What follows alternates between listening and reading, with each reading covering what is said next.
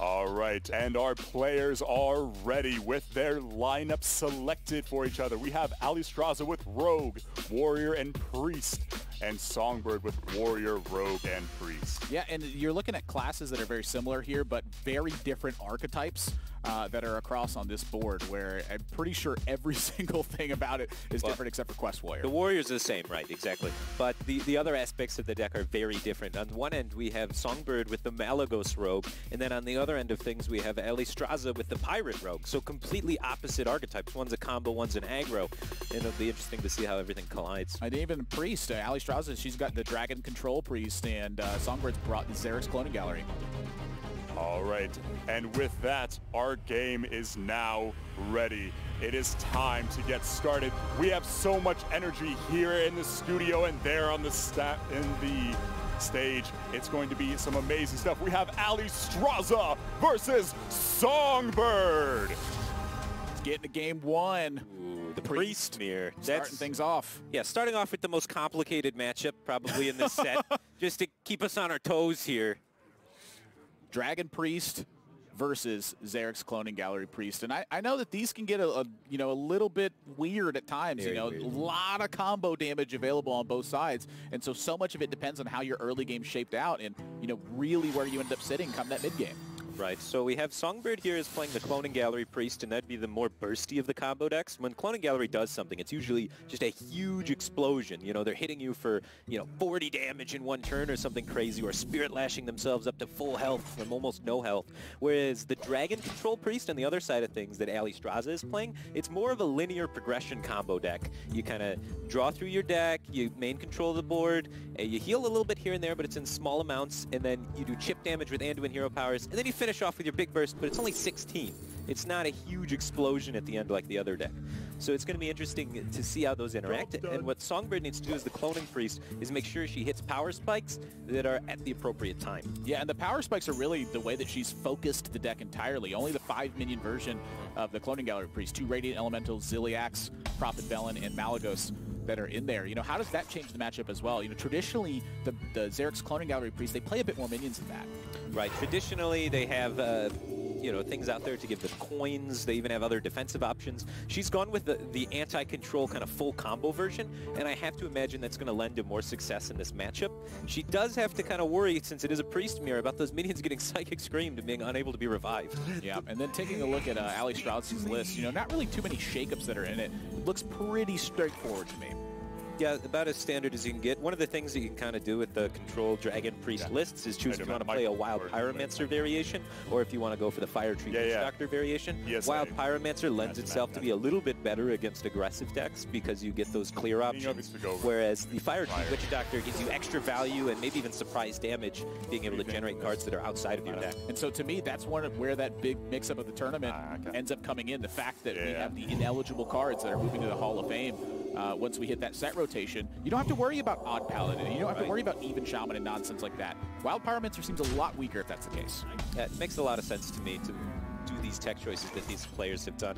Not a lot happening yet. Songbird kind of just waiting for her minions to arrive, waiting to be able to try and get to that Shadow Essence turn on turn 6. So now, but still just drawing to try and find something to do, hoping to try and find that Shadow Essence for turn 6, unable to find it there. Now Alliestrasza, what she's thinking about is, how do I set up for the Shadow Essence that is most likely to be coming? Yeah, that's the turn 6 play. And that's really just a lot of the Priest game in general, is a setup and technical play sort of thing, where patience is often paramount awarded, and sometimes you have to get impatient because you have the wrong kind of draw, and it's just a lot of weird things that break the general rules of Hearthstone, where a lot of times you think about a deck, I want to play my things on curve. Priest is very much the opposite of that at a lot of times. Right, so like Songbird, for example, has the ability to use Ziliax and Holy Smite to maybe remove this 5/4, but there's no way she's going to do that because she wants to be saving this Holy Smite for burst at the end, but you got to take your time, evaluate all possibilities. You got the full time, better take it. Keep hero powered. Yeah. It's a very weird feeling. Like, it's actually one of the reasons I feel like I've been most uncomfortable with the deck. Oh, yeah. Is because it's just the opposite of how I typically play Hearthstone. Right. The hardest thing in Hearthstone to do is to do nothing, right? Yeah, and sometimes it's the best thing to do. Sometimes. For Priest, a lot of the time. Yeah. As we saw there, she forgoes the ability to play Ziliax to set up for the Psychic Scream for next turn. And now Alliestrasza thinking, do I want to play more things into the Psychic Scream, or do I want to preserve my resources for after the Scream? Is she already forced to Scream? Is this enough pressure? See, that's the thing to me where Alliestrasza, it's the first inflection point of the game, really. Right. This is the first real choice. And she's choosing, I'm going to respect Scream. I feel like this is enough pressure on the board to force Scream to happen. I saw that there was no Shadow Essence. By the way, she might be in a little bit of trouble with the ability now for Songbird to play Prophet Velen, because there's no pressure out there now. As Songbird, I would 100% slam this Prophet Velen on the ground. You don't need to react to this board. You're 24. You're chilling. Well, one of the big ones to think about, too, for Alliestrasza is, the value that Cabal Shadow Priest brings later on. To be able to take something. Exactly. One of the major turns you have is just stealing away a Resurrect option, because when Songbird's going to play a big minion, she doesn't care if it dies. Like, honestly, that's what wants you're it to die. You're like, please attack my Prophet Velen, or please attack my Malagos. I want to resurrect this later and blow you out of the water with it. Yeah. If you take it away, that's a different story. And why the reasoning behind Psychic Scream, I think, can be a bit tough. If Songbird just plays Prophet Velen here, I think that's probably one of her strongest plays. She's going to get the Scream. Wow. Alliestrasza, she can come back with her own Psychic Scream if you play Prophet Velen, and then you have more Muddy Waters with an Acolyte, Scaled Worm in your deck for that Cloning Gallery. So, if you force your opponent to play Scream, though, then you have the opportunity to redevelop on your 8-mana turn, though. It's true, but you have to have that option first. I guess. I'm pretty astounded by that Scream. I think that's definitely starting to lean more towards Alliestrasza's favor. That's exactly what she wanted to happen. By holding back that Cabal there and still getting the Scream out, that's a win-win for her. I do agree with that. I mean, I concede that point, but I can see, where Songbird's coming. Right. There's nothing to do on turn 8 afterwards except for playing Anduin. That's fine. That's fine. What's wrong with playing Anduin? Sometimes you want to heal up instead. I don't think she needs Anduin to win this matchup. I don't think you need it to win, but I think here the choice between do nothing or play it, I think she's going to play it. Okay, fair enough. It's just, I think why she's not? Really? Yeah. You think you'd rather the healing throughout the course of the game? I think so, yeah. That's interesting. Because I think the longer the game goes, I think almost the more it benefits Songbird in this situation. Yeah, I think that's accurate. The longer the game goes on, I think the Cloning Priest advantage goes on, gets higher. Yeah. So to me, it's like wear down the resources from Allie here. Okay. And here, now that she's seen Anduin as well, that's something else we have to think about, No removal for this Velen. Right. It leads to developing at the Say same you play the Velen and, maybe a tempo play comes out afterwards or later down the road with Anduin. It's on turn 8, so Alliestrasza is unable to do the Cabal Shadow Priest combo to steal it, because that requires 9 mana. You have to fear this in Allie's spot. Yes. You basically have to Scream this. The question is maybe you throw that Northshire Cleric in there, pollute the deck a little bit. Yes. Yeah. Is she thinking about just removing it? Yeah, I think so. And I think at this point, it's just you're looking at a tough game. It's a tough game. This is where that matchup is really seated, where Alliestrasza didn't go for pressure. She saw Psychic Scream anyway, but wasn't able to compound that issue in any way. One of the development's important there, but I see why you say the Cabal Shadow Priest in that spot. One of the things that's also spooky, if you Scream this and they have Cloning Gallery, it comes back. Yeah, they get the Velen back from the deck from the Cloning Gallery. Allie does have both. Oh, man. So a Scream into a Scream. Yeah, but if you Scream right now, and the Cloning Gallery comes out, she can actually Mind Blast and Smite with the Malagos and the Velen, because she gets the 2 Radiant Elementals. Yeah, that's something else to think about, too. So, I think killing here is probably better. Yeah, she was actually dead if she Screamed it. Yeah. That's pretty crazy. Wow, she would have drawn the Radiant Elementals. So she wouldn't have died, but she had that fear, right? Well, she might have drawn the Velen if it was Screamed. True. That would be good, too, though. Yeah. Big minions. That's what the deck wants. Yeah. So Alliestrasza saves the Scream now to be able to deal with the Cloning Gallery if it comes out from Songbird. But what Songbird can do is she can wait until turn 10, and then she can play Radiant Elemental alongside the Xerix Cloning Gallery, getting 2 copies of Radiant Elemental out. With a Spellstone in your hand, you going to do that, though? I would have. I think it's the reason I think it's better to wait is because if you get a buffed up Spellstone and you have Radiant plus Spellstone plus all the spells, the game ends right there. So her goal now is to just stay alive. Right, all she needs to do is buff this Spellstone. Yeah, and that's it. And that makes sense to me. For Songbird, she has a perfect setup here, but this is where Alliestrasza now has to start unleashing these Psychic Screams to delay that point even further. To me, I'm seeing the pressure not there right now, and that's like a tremendous downside for Alliestrasza.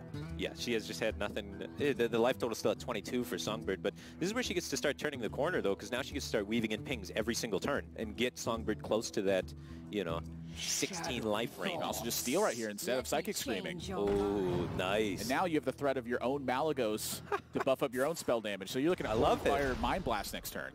Yeah, this looks really good. Now she doesn't have a way to deal with this Malagos, Yeah, though. here's the thing, is like for Songbird, you really want to jam this Malagos, but you have to respect the damage from the other side. You're right, the other deck has Mind Blast as well. And Priest is such a weird machine with this, where oftentimes in Hearthstone, it's like that disruption effect is proactive turns. It's the fear and the representation of what you can have that causes your opponent to have to play differently than they normally would. That's exactly the situation. And with Priest, it's like a very delicate balance. One misstep ends the game. One of the things she could do if she wanted to develop the Malagos is utilize the Smite to take care of your opponent's Malagos. You give up some of your burn options, but we were speaking earlier about how the cloning Priest kind of gets an advantage over time.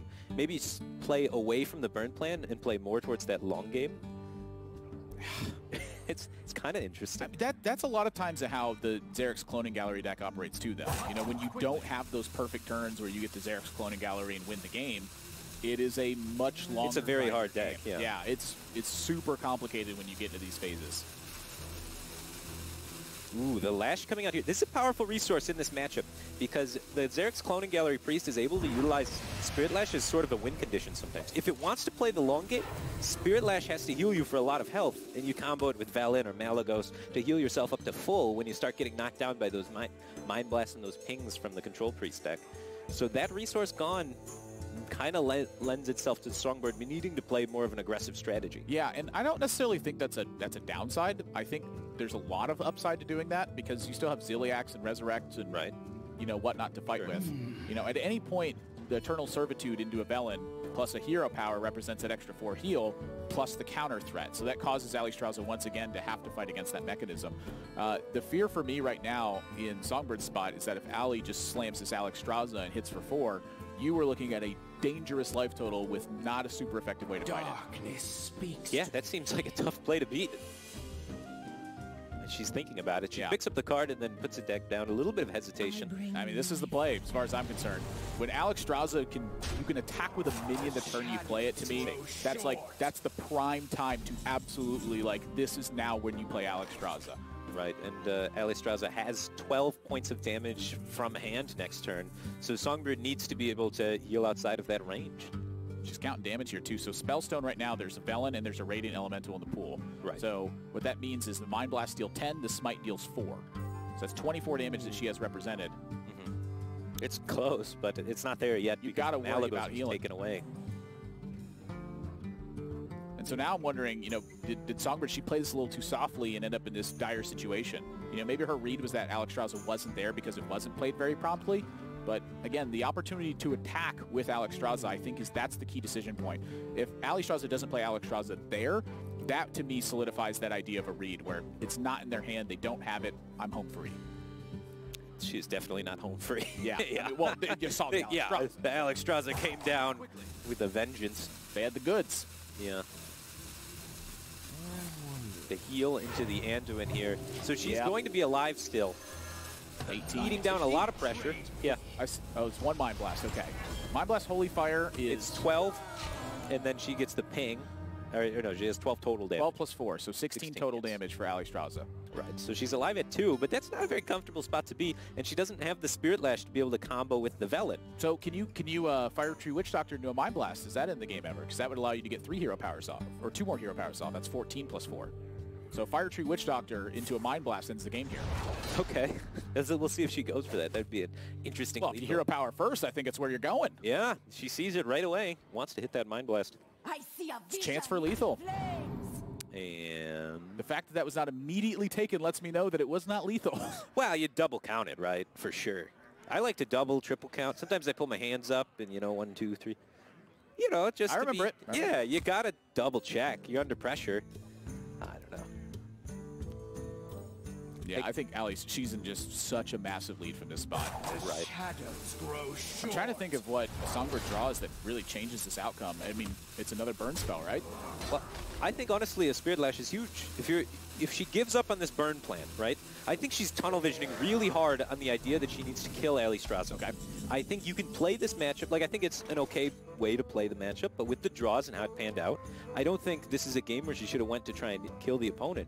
I think this is more of a game where after you see the Alliestrasza come down, you want to, as the Clone Priest, do a res, Spirit Lash with the res, healing yourself up to full. Hard swap to defense at that Right, point. exactly. Because the Alliestrasza is down. Once you're at 30, the deck only does 16. So you're playing the matchup more of like a bait and switch style. You're like threatening to deliver this damage. Right, to then force them to have to rush you down. Gotcha. And then once they start trying to rush you down, you heal up to full and kind of change game plans and then move your way back through it. 6 extra healing from Ziliax here, but I think that leaves a minion on board. And with 10 in hand, that looks like it's wrapped up. Alliestrasza, that is a definite lethal there. 12 from hand, 4 on board. Yep, the exact lethal. Wow. She's just counting it up. Is she going to do the fire bet technique with the finger counting? Now, we've talked about this before, though, like when there's a lot at stake and you're on stage and you know everyone's watching and you know that you have to be picture perfect in these scenarios. This one is, you know, pretty straightforward. Take your time, make it easy. It's game number 1. You have a long day ahead of you. Right. Tough opening matchup for sure for these players. Yeah. Priest, Mirror. Clean win. Very nicely done. And this is last hero standing, so the winning deck stays on board. The losing deck is knocked out of contention. Songbird now has to pick one of her 2 remaining decks, which is the Malagos Rogue or the Quest Warrior to fight this. And I have to imagine she's probably going to pick the Quest Warrior. I think both decks are quite solid versus the Priest because they have just favorable matchups. All right, but until our next game, we are going to be taking a quick break, so don't go anywhere.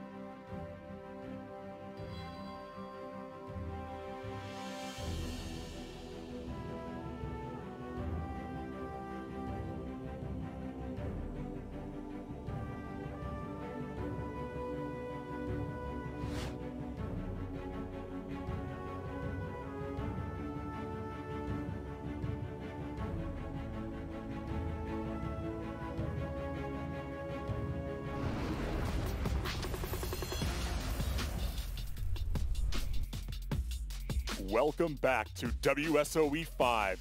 We just came off of a tense Priest v Priest matchup. And even though I loved how Alliestrasza went for that lethal with the Fire Tree Witch Doctor kind of searching for that Mind Blast, Cora did draw another Mind Blast, which kind of, we did some counting. Yeah, we were so focused, laser focused in on Alliestrasza's line there that we ended up missing that Mind Blast was a key draw in that circumstance. And Cora, Songbird, she ended up overseeing this as well. And again, this talks about a lot of the pressure and the experience you have and how complicated this Priest deck is. You spend 2 of the mana you have to play a Radiant Elemental, leaves you with 8 mana left. That reduces the cost of your Spellstone to 6 mana. In Death Pool, Songbird has only Radiant Elemental and Prophet Velen that are in there. So 6 mana, you have 2 mana left, you're going to get back a second Radiant Elemental and a Prophet Velen there. So now you have 2 mana floating. And all your spells cost 2 less. You play Eternal Servitude, you get a second Prophet Velen, and with 2 Radiants, you get 2 Mind Blasts and a Holy Smite for 48 damage in that spot. Yeah, there's a lot of pressure on these players, but let's get into game number 2. Yep, now we've got to mix things up. Again, last hero standing, so Alliestrasza is going to be staying on Priest, at Dragon Control Priest after she's won this one, and Songbird going to be on that Malygos Rogue, and already has the key card in opening hand for this matchup, Elven Minstrel. Right, and she's chosen this Malygos Rogue over the Warrior. I think both were pretty solid choices for her to be able to take down this Control Priest. The Elven Minstrel that you mentioned is a sweet draw for this deck because it fetches basically your entire combo. Explain to me how this works. I mean, this is a pretty wacky deck that requires you to be picture perfect with how you divide up your damage and your removal here, because you are under a ton of pressure to get to that endgame point where you can unleash those spells. Yeah, there's not a lot of minions in the deck. The minions that are inside of this deck include Elven Minstrel, Kobold Illusionist, and Malygos, and that's it. So your Elven Minstrel is always going to be either getting you your other Elven Minstrel or your Kobold Illusionist and copy of Cavern Shiny Finder that's thrown in here as well. And a copy of Cavern, sure, but that's a draw card as well. But yeah. Basically, if you have the Elven Minstrel, you kind of have your whole combo. We're going to see here, Songbird's going to be able to use the Elven Minstrel to get the Kobold Illusionist, already has the Malygos, and then she can start planning to get a Malygos out for a very reduced cost. Yeah, I'm actually a bit of a fan of 1 Cavern Shiny Finder in this deck. I know that a lot of players who pilot this deck at an expert level, they hard disagree with that. They want to keep... Well, because the problem with it is, right, you end up with inconsistent with your Elven Minstrel sometimes. Yeah. It doesn't draw your whole combo anymore, because now sometimes it draws the Cavern Shiny Finder instead. Yeah, so to me, the math on it is when you have those 5 minions in your deck, though, what ends up happening is you draw any one of the 3. And then it works again. Yes, right. And then it works again. So the goal of this deck is to get down to a lone Malygos in your hand, have a Death Rattle activation ready to go, so that you can activate Kobold Illusionist to put a Malygos into play, you use a burn spell, put another Malygos into play, and then you use more burn spells and kill your opponent with 2 Malygos in play. Right, and typically the Malygos Rogue is favored against the Priest because it's a combo deck that's just faster. Yeah, and taking a look at how the draft ended up panning out, again, it's a pretty complicated format they're thrown into. It's a ban phase, a pick phase, another ban phase, another pick phase, a ban phase, a self-omission / ban phase, and then your final pick that comes into it. And this is like a zigzag effect that goes around it. It's like shaped like a C, and then you flip the C over. It's complicated, is I think the point we're trying to make here. It's very complicated. There's a lot of strategy that's going into what's happening. And the game plan here from the Priest is to try and, of course, pressure the Rogue the best you can. The issue being is it's pretty tough to pressure the Rogue with the Priest tools. Priest is generally a more mid-rangey deck, kind of slower at the whole aggressive thing, and Rogue preys upon that. The Malygos Rogue, if it's not under pressure, has time to make it to its late-game combos, has time to use its secrets really effectively. The evasion's there, where you get hit once, it locks out the rest of the damage. You have saps for big tempo plays. Like here, I'm looking at Songbird having just so many strong plays. You know, the one that sticks out to me as you take a look at the deck list there is like a Prep Sap Elven Minstrel that starts thinning out your deck. Well, it fetches you a Death Rattle activation alongside the Cavern Shiny Finder that's going to be there. Like, this to me is one of the ideal turns to play for tempo and get going. Okay, you're going to go for the tempo line here. There's also some concern of saving that prep for burn at the end, for those sort of lethal plays to be able to do that 30 damage in 1 turn. But I want to thin out these minions from my deck. I don't want to draw anymore. I agree. I think this is a great time to take the tempo to get onto the board here. And she's going to even get the next Minstrel so she can continue drawing, well, nothing. Those are all the minions. Yeah, I mean, at this point, you know, turn 5 is pretty lined up for Cora. Songbird, you know, Cavern Shiny Finder, set up the weapon. Right. Then you're looking at Evasion. And, you know, Elven Minstrel, just get it out of your hand. You just don't want the Minstrel in your hand anymore because you have to have the Malygos alone, lest you risk that Kobold Illusionist. That's not the thing you really want to risk. You know, sometimes it comes to that, but the ideal circumstance is burn alongside that big combo. So yeah, she's looking at trying to end the game in 3 or 4 turns, like you said. She just needs to assemble the burn. She has the combo. Now she just needs things to throw at the face alongside the Malagos. Yep, and you know, kind of talking about that, the chip damage can be very relevant in that case. You know, this guy poking through for 3 here, that's, you know, sometimes less burn spells you have to have. The breakpoints, I believe, it's like your spells deal about 11 to 15 damage apiece, or 11 to 14 damage apiece. So one of the big breakpoints is actually the 22 life total that's in that circumstance. Okay. So as Alliestrasza here, her goal is to try and pressure down the opponent. She doesn't have, you know, the minions that are maybe the best at it. Twilight Drake is like one of the cheapest things she's got, so she's working with 4 drops. It's a little chunky. Yeah, I would say, in my opinion, these are some of the minions that are the worst at it. So is there ever a point where you scream minions back in your opponent's deck to maybe slow down their burn? Or I definitely think so. Like, you know, I think that it's a weird disruption style of game plan you have to play. What if you can scream in the minstrels and stuff, then you could maybe get it in a situation where your opponent has to keep playing minstrel every turn? Yeah, it's just you muddle the mixture of minions that are in there. Because again, you have to have that lone Malagos, so otherwise you have to risk the death rattle activations. That is never the thing you want to do with the deck. So being able to scream stuff, you know, it's a double-edged sword. On the one hand, you're losing pressure, but on the other hand, you're perhaps slowing your opponent down. If you're going to scream stuff in your opponent's deck, I think you have to have gas to do it, and that right there is one of those critical draws. Yeah. With that, with the Kobold Illusionist, you're going to use one of the Razor Petals to pick off your Illusionist after you summon the first Malagos. You get a second Malagos in play, and then you have 1 Razor Leaf plus the Eviscerate, and that right there is 20 plus 5. So you have 25 damage represented just in that chain of spells. And your opponent is at 23 after you swing the weapon, 20 after you swing it twice. So Cora's looking at what, like 2-turn-ish lethal? She just needs to get this Elven Minstrel out of her hand. Yeah, you have to account for your opponent's healing. You know, you want to think about the cards that really disrupt that. So like Holy Fire is a big one. Right. You're looking at, you know, Shadow Reaper Anduin perhaps disrupting things, but this is not even going to make it to Shadow Reaper Anduin. Exactly. You set up the hand to be able to execute this. You need 1 more swing of damage. Allie right now can heal more than perhaps we'd anticipated. Holy Fire brings you up to 28 in this spot, which is that just inside the range? But you have to have the mana to do all this too. Yeah, Songbird does not quite have the mana to do the combo yet, right? She can play the Illusionist for 4 mana, then she plays a Petal to take it off. That's 5 mana, and all she has left is the Eviscerate after that. So she still needs 1 more turn to be able to make it to the point where she can play the second Petal. Alliestrasza has already seen 1 preparation, so she has to feel like the combo's not coming just yet. Yeah, Backstab is another enabler for that combo as well. That's true. You end up backstabbing your own Kobold Illusionist, which it kind of gives you a hint of when it attacks. It says Backstab. So yeah, she's going to hold off on the Holy Nova, or the Holy Fire, I'm sorry, and go for the Holy Nova this turn instead. Yep, I think that's a fantastic way to play it as well. Now Songbird's just going to take defensive action here. Easy banish. Easy. Now your opponent is gaining some, you know, life momentum in the meantime, so I think there is some consideration to like maybe setting up a chain of 2 attacks with Necrium Blades. But right now, Songbird is playing more to like a key draw in this circumstance. You know, Allie's still under the pressure of having to heal outside of this. You can't. It's not just a free roll. Well, it's hard to even know how much damage is coming. Right. It's like solving that 25 damage is coming is no easy task. Yeah. So you have the obvious one of the 2 Razor Petals. Right. So your first thought is 22, a backstab plus the 2 Razor Petals alongside all the crazy death rattle shenanigans that happens. That's enough for 22. So if it's Eviscerate instead, that's a breakpoint of 25. So you need to be at 26 or more for that to end up working, but that's not counting the Necrium Blade swing. Oh, geez, yeah. So just a heal to the face isn't going to be enough. She actually has to play Holy Fire then to stay alive. Yeah, and so at that point, it's just, do you give your opponent credit for having, well, you know, all the burn spells ready? Can you afford to just play Holy Fire here? If she plays Holy Fire here and develops nothing, how does she win? She doesn't have a Mind Blast in hand. Exactly. So she can't do that. Poor draws from your opponent is how you end up winning.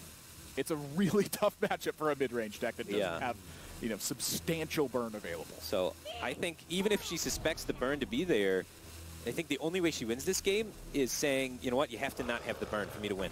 That's the position I'm in. So I agree with her line here. Just tough situation. Oh, that's a prime draw. That's buckle in. That is way more than enough damage to end this one. But again, take your time, count it through.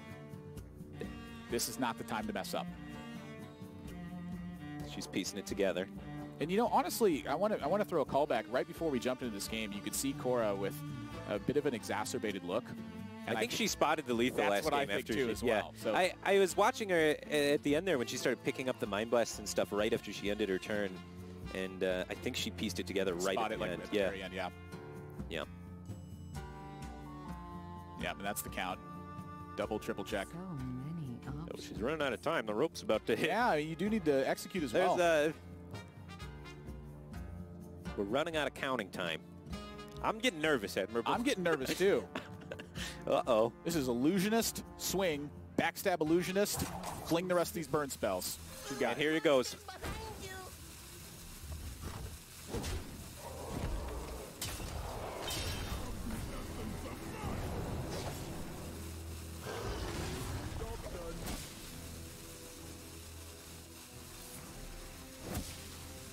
Did we miscount this? Oh, no, she didn't backstab it. The backstab went on the opponent's minions rather than on the illusionist, so she's missing out on a Malagos. Yes, she is. I think she must have thought, like, in her mind, that after she did the death rattle of the weapon, that it pulled the Malagos out of her hand, and that's just not the case. That's a blunder. Yeah, it's Now, is it going to cost? That's the next question, because that is a big misstep. yeah, Like, that's huge. Songbird's now relying on connecting damage next turn. You have to connect damage next turn, or this game is over. I wouldn't say completely over. I would definitely say completely over. Oh, man. So Alliestrasza has an opportunity here, and she needs to figure out the best way to take advantage of that opportunity. And healing definitely has to be on her mind. But she still has this illusionist to worry I'm about a thinking, little like, bit. Primordial Drake looks pretty darn good. Well, then your opponent could activate a Malagos again. You're a little afraid of that. You definitely want to shut this down completely so there's no more Malagoses coming out of anywhere.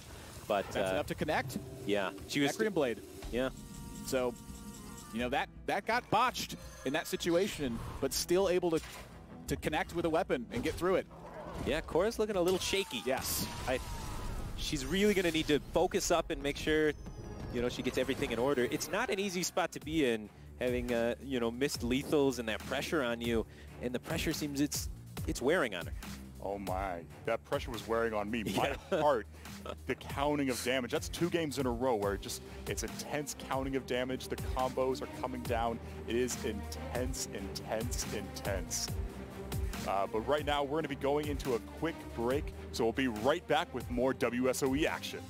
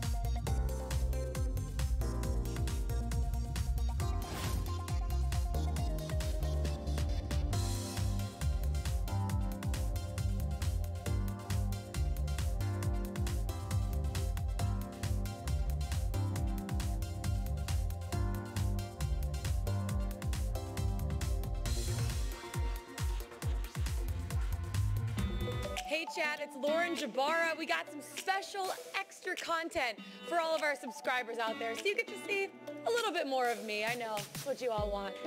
Just kidding. But we've had some great action so far. Looking forward to seeing some of the next matches. But during some of these commercial breaks, we're gonna give you some trivia to answer. So all you gotta do is type in the chat and interact with us, okay? So I'm gonna give you the first question right now. You have 1 minute to answer before the answer pops up. First question, what is the most HP a minion can have? So type in the chat, we wanna see your answers. You have 60 seconds before the answer pops up. What do you got? Let's hear it.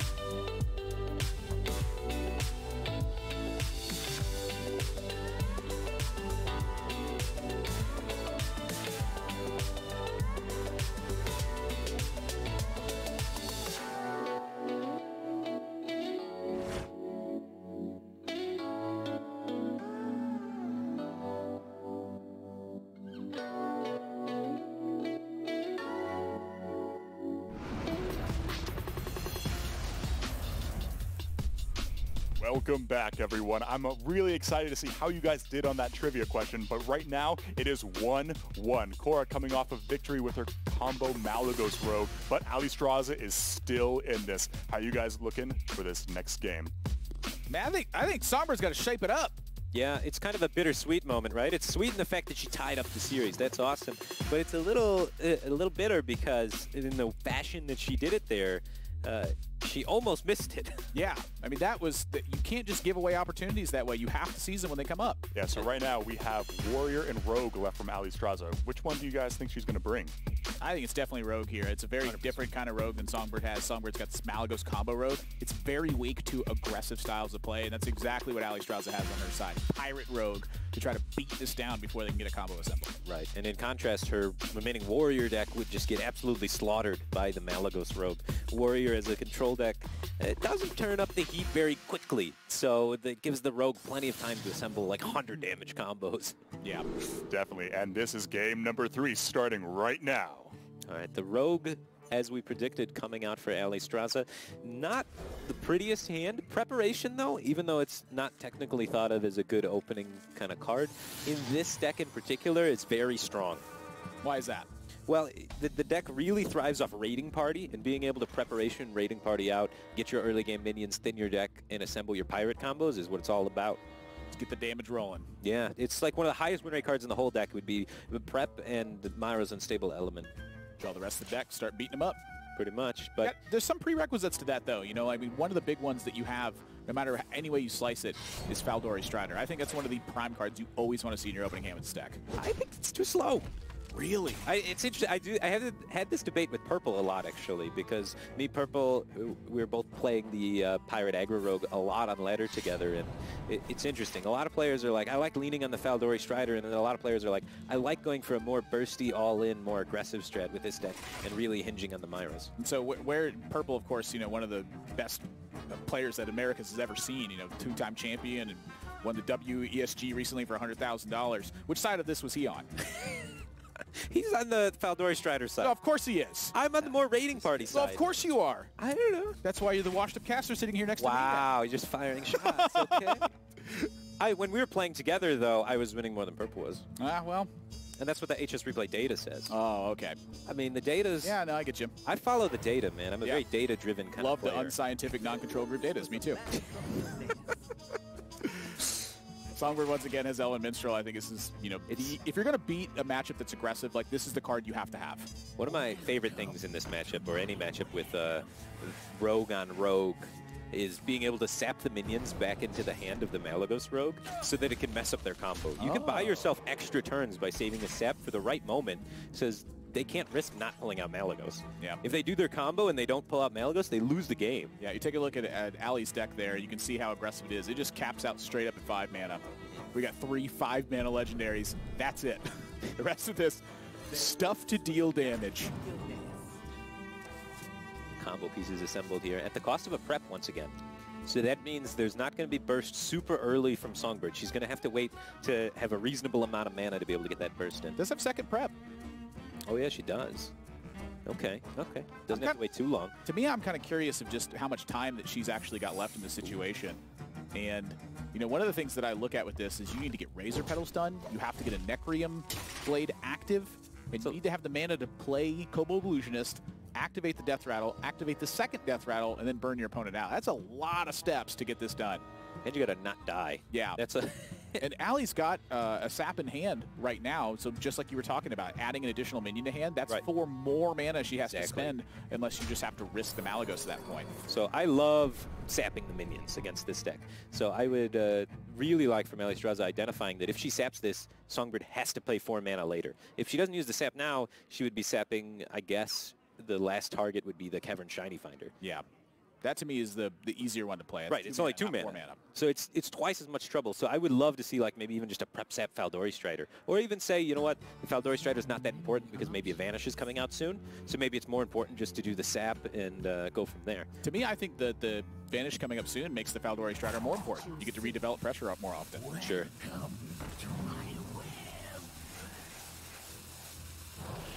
No sap coming out, so it looks like she's taking this trade with the SI sap.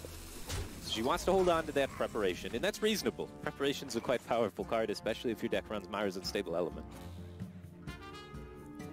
So Songbird, the immediate instinct was Cavern Shiny Finder, but you are staring down 10 just on the other side. So if you're going to get this done, you have to get this done in 2 turns. Tomorrow we'll be seeing Jia in that championship match where she awaits to see who's going to come through this bracket. They're fighting right now for the chance. Yeah, whoever wins today, the tournament today, gets the opportunity, nigh the privilege, to take on Jia tomorrow. Nigh the right. Songbird realizing that she doesn't have too much time to get this done, equipping the blade now, trying to get some action started. How much damage would she have next turn? So Razor Petal has to get cast. Cobalt Illusionist has to get cast. There's no way. There's no way, right? But she could do Cobalt Illusionist swing and then double Sinister Strike would probably be her max damage, right? Yeah. If she picks up a backstab, That's 19. So pick up backstab, that changes everything. and then it's lethal, You're right? looking at 25 instead And then you get the swing. with the swing. It's 2 Sinister Strikes for plus 10 13 each. Yeah. So that's 26. Yeah, and then you get the swing for Oh, yeah, 29. excuse So me, yeah. yeah, the backstab off the top would be lethal for Songbird. So I like this play of setting up the weapon because it gives you that opportunity. Oh. I think that it's going to come down to here, though, is that the timing of that secret was really early. The secret this game blocked 7 damage. Imagine if she has that secret now. Look at how much damage it's blocking. There's the backstab. That's lethal. No way. Yeah. And she sees it right away. Yeah, not going to let this one Holy slip by. smokes, that is a huge draw fireback. Wow, yeah. Are you kidding? Allie is not supposed to lose this No, one. this is going to make it a tough series for her. 'Cause she only has Warrior left to try and take down this combo deck. Massive 29 Yeah. damage turn. She's happy with that one That's for sure. turn 6. It's insane. It's absolutely insane. It started out as a rocky start for Songbird, but things are coming together. She's waking up. See, that's the thing. It's like now that she's in a matchup where she is pressured immensely and everything's stacked up against her, executes perfectly in that Yeah. one. How does she even win that? But Alliestrasza did have a slower start. So that was something that really played into Songbird's hand. Honestly, the thing that stands out to me really is the other matchups for Songbird were not as tough, and she was struggling in those situations. The minute she gets in the toughest matchup, she executes flawlessly, the instantaneous lethal. That was spectacular. And Alliestrasza is going to have to go uphill for these next couple games. But right now, we're going to go to a quick break. Don't go anywhere for more Hearthstone action.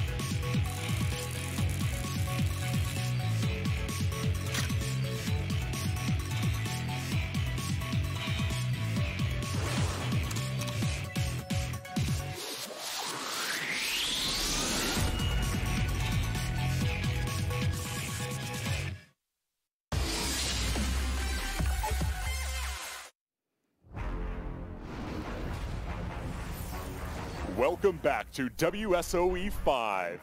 There's some really amazing things happening here in Vegas, and we're slapping the WSOE sticker all over Vegas, maybe even on the monorail. I don't know if you guys can see that sticker.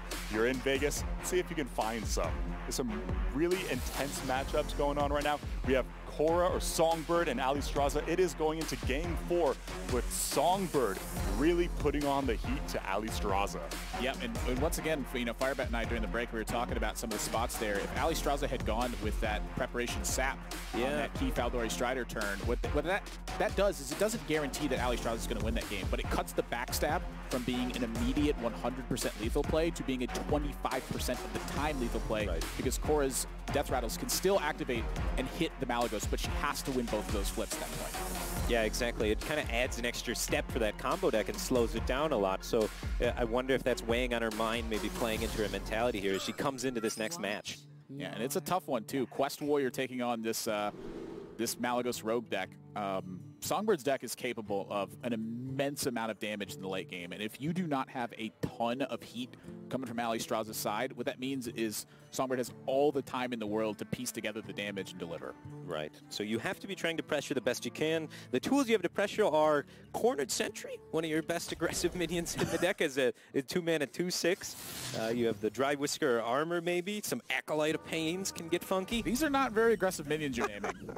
No, not the most aggressive, that's for sure. And Songbird once again has the Minstrel. That's going to speed up the combo a ton. It's very Miracle Rogue-esque, the Malagos Rogue deck, where this one particular card changes the entire dynamic of every matchup that you're in. You know, Miracle Rogue lived and died by Gadgets and Auctioneer. Without that card, you often were looking at your hand and going, well, I just got to buy time until I find that key card, or maybe I just come up with enough damage. Right. Those are unlikely circumstances in the grand scheme. So having the Elven Minstrel here early, she's once again off to a major lead in this game. Yep, I agree with that. She starts out as a lead because the matchup is so favored, but on top of that, she's drawn the key card, the Elven Minstrel. Alliestrasza has a pretty okay start, all things considered. She has her strongest 2-drop on 2 and her strongest 3-drop on 3, probably. Start chipping away. Yeah, trying to rush down the opponent. It's doable. It's just going to be tough. It's going to be really, really tough. And I like how she's going for the pressure line. She realizes that, hey, you're never out-armoring the Rogue. The Malagos Rogue has the ability to do upwards of hundreds of damage in one turn if you give it unlimited time. Yeah. Alongside the Valera, it's like pretty easy to do. Now, here's one of the issues is that this is technically a win condition, but it needs to be versus an aggressive deck. You need to wear away at their resources to be a battle of attrition. Well, right now for Allie, it's just 12 damage over 3 turns. That's all that card represents. And that's a lot. Over 3 turns, starting at turn 8. It's probably, I agree with production. That's got to be one of her best offensive tools in the deck. I don't disagree either. My point is it's very slow. Yeah. And last game we saw a turn 6 lethal. Yeah, and it's shaping up to where that could potentially happen again, honestly. As Songbird here, I would not mind seeing the Prep Minstrel come out again to speed things up. And Prep in this one you don't mind using as much because Songbird's just not under the pressure she was in the last She's going to make it to 10 mana if she wants. Yeah. There once was a man from Gilneas. The Shiny Finder. Yeah, that's one of the reasons that you don't want Shiny Finder in there is because now we've seen it disrupt. I mean, you know, this is exactly what I experienced playing this a lot as well. The Shiv going instead of the Fan of Knives. Shivs is a spell that can go face. Fan of Knives cannot go face. So I am a bit interested seeing that go there. Yeah, I'm kind of interested too. I think it's a weapon swing with the on the Acolyte and then use the... Right, exactly. So you're not wasting a potential burn spell. Now she needs to draw more burn spell. Well, I guess she already has Razor Petal Eviscerate, so maybe she just thinks she has enough burn spells. I don't disagree with that either. Plus there's plenty more burn spells in the deck. Yeah. Shiny Finder gets the second blade here. And does Allie have weapon destruction? That's my question. Does Allie have weapon destruction? It does not look like she has any weapon destruction in the deck, so that's why Songbird is kind of frivolously using her weapons there. So, yeah, it's kind of hard to fit some of those tech cards in the Quest Warrior builds because you have to put in so many taunts for your own combo. Your combo of taunt plus taunt plus taunt plus taunt plus taunt plus taunt. Equals Sulfuros. Which equals hero power plus hero power plus hero power plus hero power, which equals lethal. Yeah. It's a It's a long chain of events. It's a slow combo. It's a long build. Is it a combo in that case anymore? I think it's a combo. Is that still classified? Well, I call aggro decks combo because their combo is damage plus damage plus damage plus damage equals. Yeah, see, I also consider control decks combo because it's removal spell removal plus removal plus removal plus removal equals win. equals time, which equals minion plus minion plus minion, which equals lethal. I think at the end of the day, every deck's a combo deck if you think of it obscure enough. Or a control deck or an aggro deck. Right. Different time. They're all the same thing. Okay. As long as we're on the same page, that's right. Yeah. It's a big page with a lot of words on it. That's for sure. Yeah, this is about the biggest thing that Allie's going to play this power minion. It's got to connect 5 times. You know, it actually is quite troublesome here that you know, Korra has gone with the dagger up instead of the Necrium vial. I'm sorry, the Necrium blade to set up, because what that means is if there's a bunch of taunts in the way, she has to swing into a taunt to activate that death rattle. So that cuts some of the life total that you have to play with. That's very true. She does eventually have to swing into a taunt in order to be able to set. Well, or she can hero power away the Necrium blade. Yeah, but that's 2 extra mana. That is 2 mana, so that makes the combo a little bit more expensive. So right now she's looking at trying to figure out a way to combo this Minstrel that doesn't utilize too many key resources. So what are the key resources in her hand that she'd like to save? Well, taking a look at the deck list, you know, some things you need is obviously burn spells. You have to hang on to Illusionist, you have to get Malagos in hand, and you have to have cheap burn spells to end the game. So really the thing to do here is just not overrun your hand with too many cards, and at the same time, not expend resources that you have to have. So, you know, Backstab, one you want to hang on to get that second Death Rattle from the Kobold Illusionist, get extra Malagos in play. I'd love to Banish, totally expendable at pretty much any point of the game. You don't really care that much about it. The Backstab. Yeah, Backstab I'm a little less apt to use. I think in this situation, Songbird can just be patient and using Eviscerate in this spot. And I think that's an okay one to use because she has the Razor Petal Volley plus the 2 Sinister Strikes. That's more than enough damage. You didn't like just maybe Necrium Blade, Elven Minstrel? I'm not going to talk about the lines of play there. What I'm saying is that I don't think Eviscerate's necessary to keep in hand. Okay. It's not essential. She does have a ton of burn still. Yeah. She gets to get all of these spells with double Malagos, right? So you're looking at 4 spells with 2 Malagos. So 4 spells that have plus 10 damage to them. Yeah. So that's 40 right there before you even start counting. So the Eviscerate, you're right, is not essential. Neither is this Shiv. And just more burn. She has so much burn. Yeah, this game is looking pretty over. So next turn, she can hit the opponent for about 100, give or take, right? Somewhere in that neighborhood. Yeah. Yeah, So, Allie has no way. She has no way to disrupt this. It's not a matchup where you are playing that mechanism. You want to fight minions that are just trying to attack you. You don't fight a deck that plays in this angle. yeah. I think the way Songbird played this game, she really focused on the key points and you know, used expendable cards. And it Easy game. Easy game, yeah. She's keeping it simple. I like it. And meanwhile, Alliestrasza is still doing her best to try and pressure, but she's seen 2 Elven Minstrels go down. She knows the combo's coming soon. She's playing, you just play blindly at this point. You hope your opponent doesn't have the damage to end, and you see what the break points are. In this case, you saw Eviscerate, and you know that there's 2 Razor Petals in hand, so the first break point is 22 points of damage. Okay. You're looking at a 7-card hand here. You're hoping they don't have burn. That's yeah, it's bad. Yeah. But that's the angle that she has to approach from. She has no other choice. Yeah. Like, I think Grom here is probably the best way to, you know, live the best of both worlds. You get some extra armor, you start delivering damage. You're looking at maybe a 2-turn lethal there. Right. Playing minions is fine too. Just every way you slice it, it's not a good spot for Alliestrasza. All Songbird has to do is just recognize. Yep. This is lethal. There's no minions left in her deck for minion even draw. the top deck. You could draw a fatigue hit 5 at this point, and you'd be good to go. All right, let's see the lethal come down here. You see her counting it. But again, you know, I want to remind, like in the matchup that was tough, Songbird did this instantaneously. There was no question about it. This one was a little bit slower, but I don't blame her on this one. There's a lot of weird stuff going on. Just make sure you got it right. And that's it. 3 straight with Malagos Rogue, a deck that you were questioning. I was questioning it. Perhaps too fancy. I think it's a fancy deck for sure. I think it can run into a lot of trouble against some aggressive decks, but, you know, during the pick ban phase, she well positioned it and was able to clean up with it. That's what you like to see in wacky formats. You like to see unusual decks get set up, teed up in the right way, and just sent home. Yep. You start to see how everything fleshes out when you see that deck take 3-0. Definitely, and I think Korra did a great job of banning out Alliestrasza's more aggressive lineup, so she was able to use that Malagos Rogue and just kick butt 3 games in a row with it. That was spectacular. Yeah, if you look at the bans that came out on Allie's side, the Hunter was banned away on both sides, Right. you know, first. I think it's probably the most powerful deck. Cora banned away Shaman, then banned away Warlock. What do you have left for aggressive decks at that point in Allie's spot? And there's not really any options left. The Pirate Rogue was her most aggressive deck, and Songbird got lucky and picked off a key win in that one. It was a risk. Yeah, so with congratulations to Songbird, she is moving on, and momentarily we are going to see how the series between Celissa and Patra are going. So stay tuned, everyone. We'll be right back